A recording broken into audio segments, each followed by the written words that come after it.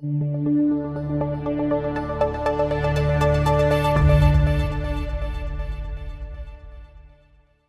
this lesson, we'll walk you through how to set up a stop and stop limit order using TWS Mosaic. We'll define the objective of the stop and stop limit order type, show you how to create a stop order in TWS Mosaic, show you where you can locate stop orders within the activity panel. Typically, stop orders help investors get out of an existing position. They are intended to either lock in profits or limit losses. Alternatively, a stop order can be created to force you, the investor, into a fresh position when a specified price is reached. In this case, you have determined that you either want to go long if prices rise above a specific price, or establish a new short position should prices fall below a specified threshold. For both stop and stop limit orders, the determined stop price serves as a trigger which will activate the order when penetrated. You should note, however, that stop orders are not guaranteed to execute. So what is the difference between the stop and stop limit order types? For one, a stop order becomes marketable and is intended to fill, regardless of price, once the determined trigger price is pierced. It does not have a specific execution price and may execute significantly away from its stop price. In that regard, it is not possible to estimate the impact of executing away from the trigger or stop price until the trade has filled. Meanwhile, a stop limit order has the additional component of a limit price associated with the stop price trigger. While this added element eliminates the price risk associated with the stop order, it introduces the risk that the order may not fill at all and that the investor may miss the market altogether. Let's see how we can create them in TWS. We'll focus on the stop order first, and we'll use, for illustrative purposes, a stock ticker in my portfolio with an existing long position. Once we've selected the stock, click on the Sell button.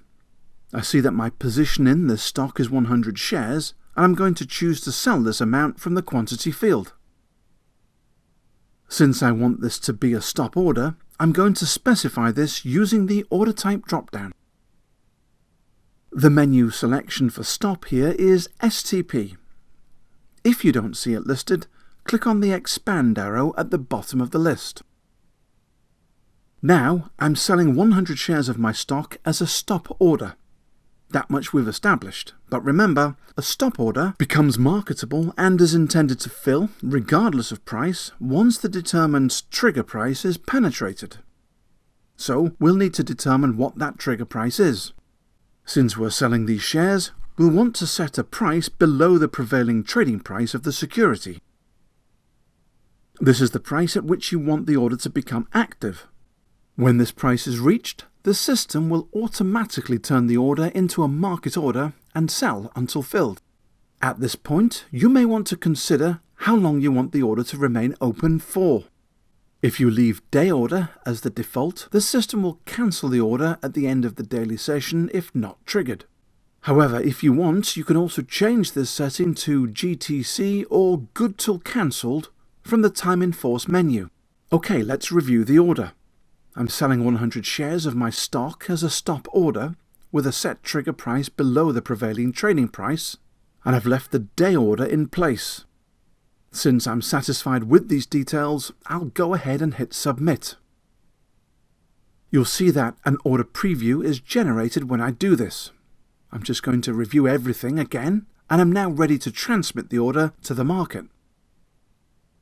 And once I transmit my order, I'll see it appear on the Orders tab in the Activity window.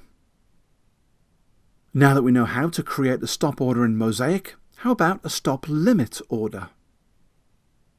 For the stop limit order, you'll see that the basic order entry is the same. However, this time you may want to close a position showing open profits or set a maximum loss on a losing trade. Let's go through some steps. We'll select the stock, click on the Sell button, and select the position size from the quantity input field. Now, when selecting from the Order Type drop-down menu, select the limit version of the stop order, which is displayed as STP LMT. The order entry panel now displays the additional input field for limit as well as the stop input field we saw in the previous example. Enter the price below the prevailing trading price of the security at which you want the order to become active. If reached, your stop order becomes an order to sell. However, rather than becoming a market order, you may enter a limit price below which the order will not execute. In the limit field, enter this value. Remember to change the time in force selection if necessary. Once I review the details and am satisfied, I'll go ahead and submit this order. TWS will follow with an order confirmation, and I'll ensure that all the details of my order are as they should be, and if they are, I'll transmit it. Just like we saw with the stop order, you will see this stop limit order appear in the activity panel below. Lastly, you do not have to have an open position to use stop or stop limit orders.